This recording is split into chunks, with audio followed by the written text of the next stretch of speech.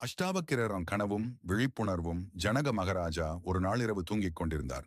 அவருக்கு அப்போது ஒரு கனவு வந்தது. அதில் அவர் ஒரு பிச்சைக்காரனாக மிகவும் சிரமப்படுவது போல் கனவு. கனவில் அவர் மிகவும் துன்பப்பட்டார்.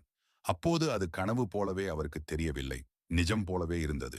திடுக்கிட்டு நாராயணா என்று அலறினான். கண் விழித்து பார்த்தால் எல்லாம் மாறியிருந்தது. சில வினாடி முன்பு பிச்சைக்காரராக இருந்தவர் இப்போது மன்னராக இருந்தார். இது தொடர்ந்து பல நாட்களாக நடந்து கொண்டே இருந்தது. அவர் தினசரி இரவு தூங்கும்போது கனவில் பிச்சைக்காரனாகி படாத பாடுபடுவார். பகலில் எழுந்தால் மன்னனாக சகல சம்போகங்களுடன் இருப்பார். ஜனகருக்கு ஒரு பெரும் சந்தேகம் உதித்தது. நான் மன்னனாக இருந்து பிச்சைக்காரனாக இருப்பது போல் கனவு கண்டேனா, அல்லது பிச்சைக்காரனாக இருந்து இப்போது மன்னராக இருப்பது போல் கனவு காண்கிறேனா என சந்தேகம் வந்துவிட்டது. மந்திரி, ராஜகுரு என பலரிடம் கேட்டு பார்த்தார். யாருக்கும் பதில் தெரியவில்லை. அந்த சந்தேகம் அவர் மனதை அரித்துக் கொண்டே இருந்தது. நான் பிச்சைக்காரனா, மன்னனா என்று அவர் கேள்வி கேட்டுக்கொண்டே இருந்தார். பிறகு ஒரு அறிவிப்பை வெளியிட்டார். நாட்டிலிருந்த வித்வான்கள் எல்லாரும் வந்தனர். தூர தேசத்திலிருந்து பண்டிதர்கள், முனிவர்கள், வேத விற்பன்னர்கள் எல்லாரும் வந்தனர். யாராலும் பதில் சொல்ல முடியவில்லை. வெளியூரிலிருந்து விதேக நாட்டுக்கு ஒரு முனிவர் வந்தார். அவர் பெயர் அஷ்டாவக்ர மகரிஷி. அவர் உடல் 8 கோணலாக வளைந்திருக்கும்.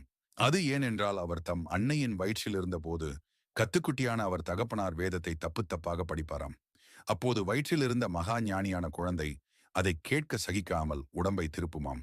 அப்படி 8 தடவை திருப்பி உடல் அஷ்டகோணலாக வளைந்து அஷ்டாவக்ரன் என்ற பெயரும் ஏற்பட்டது. ஜனகரின் கேள்வியை அறிந்த அஷ்டாவக்ர மகரிஷி ஜனகரின் அவைக்கு சென்றார். பண்டிதர்களின் பெருங்கூட்டம் அவையில் இருந்தது. யாருக்கும் பதில் தெரியவில்லை.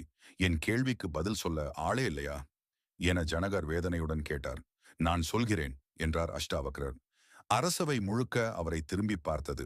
அவரை பார்த்த மறு வினாடியே பண்டிதர்கள் சிரிக்க துவங்கிவிட்டனர். குள்ளமாக கருப்பாக எண்கோணலாக வளைந்த உடலை வைத்துக்கொண்டு ஒருவர் சபைக்கு வந்தால் எப்படி இருக்கும்?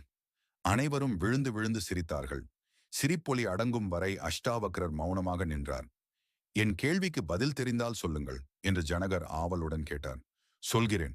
அதற்கு முன் சபையில் இருக்கும் தோல் வியாபாரிகளையும் கசாப்பு கடைக்காரர்களையும் வெளியே அனுப்புங்கள் என்றார் அஷ்டாவக்ரர். என்ன சொல்கிறீர்கள்? இது பண்டிதர்களின் சபை. இங்கு எந்த கசாப்பு கடைக்காரனும் தோல் வியாபாரியும் இல்லை என்றார் ஜனகர். இங்கு பண்டிதன் என யாரும் இல்லை.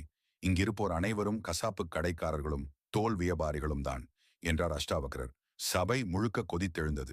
என்ன திமிர் இந்த குரங்கனுக்கு என்று சப்தமிட்டார் ராஜகுரு. வேதம் கற்ற பண்டிதர்களை இழிவுபடுத்திய இவனை கழுவிலேற்றுங்கள் என்று அனைவரும் கூச்சலிட்டனர். ஏன் அப்படி சொன்னீர்கள் என்று பரிவுடன் கேட்டார் ஜனகர். கற்றறிந்த பண்டிதர்களை கசாப்பு கடைக்காரன் என்று சொல்லலாமா என்று கேட்டார். உரத்த குரலில் அஷ்டாவக்ரர் பதில் சொன்னார். ஓ மன்னா, உன் கேள்விக்கு பதில் நான் சொல்கிறேன் என்று சொன்னேன். சபை முழுக்க என்னை பார்த்து சிரித்தது. ஏன் சிரித்தார்கள்? என் குறைவான ஞானத்தை கண்டு சிரித்தார்களா? நான் தவறாக சொன்ன விளக்கத்தை கண்டு சிரித்தார்களா? இல்லை, இது எதைக் கண்டும் அவர்கள் சிரிக்கவில்லை. என் உருவத்தை பார்த்து சிரித்தார்கள். என் தோலின் நிறத்தை வைத்து, என் உடலின் உருவத்தை வைத்து இவர்கள் என்னை, என் அறிவை மதிப்பிட்டார்கள். என் தோலை வைத்து என் மதிப்பை நிர்ணயிக்கும் இவர்கள் தோல் வியாபாரிகள்தானே. தோல் வியாபாரிதான் தோலின் நிறத்தை வைத்து ஆட்டுத்தோலுக்கு விலை போடுவான். கசாப்பு கடைக்காரன் தான் ஆட்டின் உருவத்தை வைத்து ஆட்டுக்கு மதிப்பு போடுவான். இவர்களும் என்னை அப்படித்தான் மதிப்பிட்டார்கள். அதனால்தான் இவர்களை தோல் வியாபாரி என்றேன். பண்டிதர்கள் இருக்க வேண்டிய சபையில் தோல் வியாபாரிகளுக்கு என்ன வேலை? அதனால்தான் இவர்களை வெளியே போகச் சொன்னேன் என்றார் அஷ்டாவக்ரர். அவமானமடைந்த பண்டிதர்கள் தலை குனிந்து சபையை விட்டு வெளியேறினார்கள். வந்தவர் மகா ஞானி என ஜனகரும் அறிந்தார். மகா பணிவுடன் அவர் காலடியில் அமர்ந்து தன் சந்தேகத்துக்கு விடை கேட்டு தெரிந்து கொண்டார். ஜனகருக்கு அஷ்டாவக்ரர் சொன்ன அந்த உபதேசம் அஷ்டாவக்ர கீதை என்ற பெயருடன் விளங்குகிறது. அந்த உபதேசத்தை பெற்ற ஜனகர் அன்று முதல் மகா ஞானியாகிவிட்டார். ஜனகரின் சந்தேகம் தீர்த்த மகரிஷியின் விளக்கம்: தூங்கிய போது கண்டதும் கனவுதான். இப்பொழுது நீ வாழும் வாழ்வும் கனவுதான். உன்னுடைய ராஜ வாழ்வும் பிச்சைக்கார வாழ்வும் இரண்டும் உண்மையில்லை. அரசனாக இருக்கும் பொழுது சந்தோஷப்படாதே. தூங்கும் பொழுது அந்த சந்தோஷம் போய்விடும். பிச்சைக்காரனாக இருக்கும் பொழுது வருத்தப்படாதே. கண் விழித்தவுடன் அந்த வருத்தம் மறைந்துவிடும். இரண்டு நிலையிலும் ஒரே மாதிரி இருக்க கற்றுக்கொள் என்றார்.